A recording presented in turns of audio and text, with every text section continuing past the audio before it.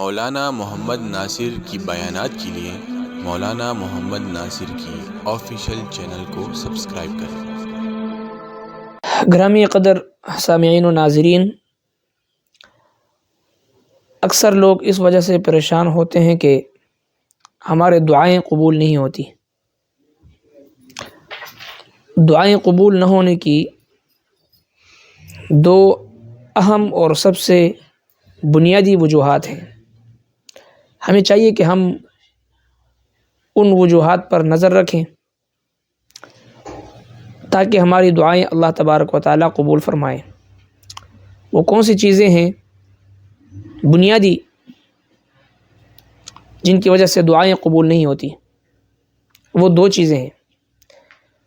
ان میں پہلی چیز وہ حرام کھانا ہے۔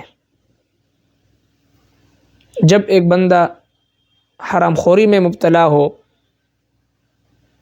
اور حرام کھانے کا حکم عام ہے، چاہے وہ جس طریقے سے بھی ہو، حرام کمانا، کسی دوسرے کا حق کھانا، میراث میں جو شرکا ہوں ان کا حق کھانا، بہن بھائیوں کا حق دبانا، رشوت لینا، سود لینا، اور اپنی ڈیوٹی کو صحیح طریقے سے نہ نبھانا، اپنی فرض منصبی کو صحیح طریقے سے ادا نہ کرنا اور اس کے عوض تنخواہ لینا اور کھانا، مختلف صورتیں ہوتی ہیں حرام کھانے کی۔ اور یہ تمام صورتیں جو حرام کھانے کی ہیں یہ دعا کی قبولیت کے راستے میں حائل ہوتی ہیں۔ دوسری چیز جو حدیث پاک میں متعدد مرتبہ ذکر ہے، امر بالمعروف اور نہی عن المنکر کا نہ کرنا۔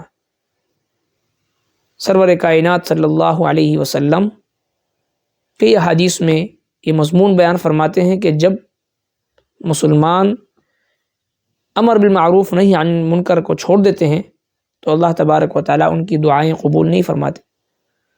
اور حدیث پاک کا مفہوم ہے کہ جب تم امر بالمعروف اور نہی عن المنکر یعنی نیکی کا حکم کرنا اور برائی سے روکنا، یہ اس امت کی ایک اجتماعی ذمہ داری ہے۔ لہٰذا سرور کائنات صلی اللہ علیہ وسلم حکم فرماتے ہیں کہ من رأى منکم منکرا فلیغیرہ بیدہ، تم میں سے جو کوئی بھی کسی برائی کو دیکھے تو اس کو ہاتھ سے منع کرے۔ فإن لم يستطع فبلسانہ، اگر اس کی طاقت نہ ہو تو اس کو زبان سے روکے۔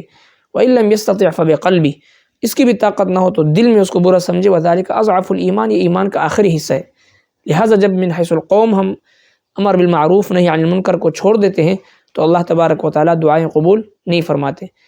دعائیں قبول ہونے کے لیے ہم ان دو چیزوں کا خیال رکھیں کہ کھانا پینا، لباس، سننا، بولنا، کہنا، یہ تمام چیزیں حلال ہو، اور دوسری چیز ہم امر بالمعروف نہی عن المنکر دعوت و تبلیغ کی جو ذمہ داری ہے اس امت پر، اس ذمہ داری کو نبھانے کی کوشش کریں۔ اللہ تبارک و تعالی ہمیں عمل کرنے کی توفیق عطا فرمائے۔